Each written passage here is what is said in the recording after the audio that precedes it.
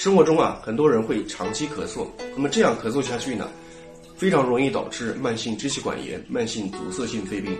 那么此外呢，如果您已经有高血压的问题，咳嗽时候负压骤然升高，还会导致我们的血管破裂，造成脑溢血、脑梗等危急病变。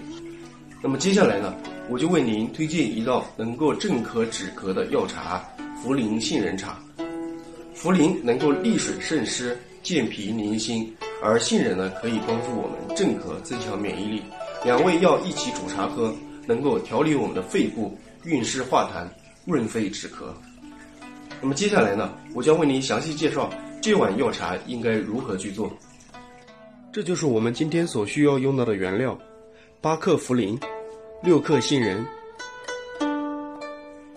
我们准备好将要煮茶的砂锅，然后在砂锅中加入大概1斤左右的水，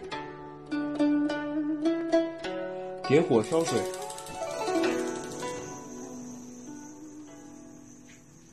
把我们刚才准备好的杏仁和茯苓呢加入进去，盖上盖子，先把水煮开，水烧开之后呢，再熬煮个5分钟。好了，现在呢茶已经熬煮好了。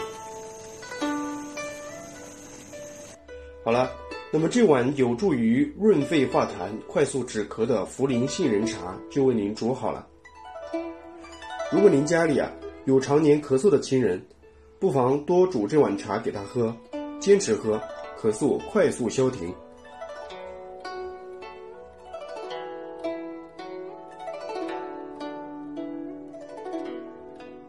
我会每天为您分享一道简单易操作的养生营养餐，让您在家里就可以跟着做，然后身体更健康。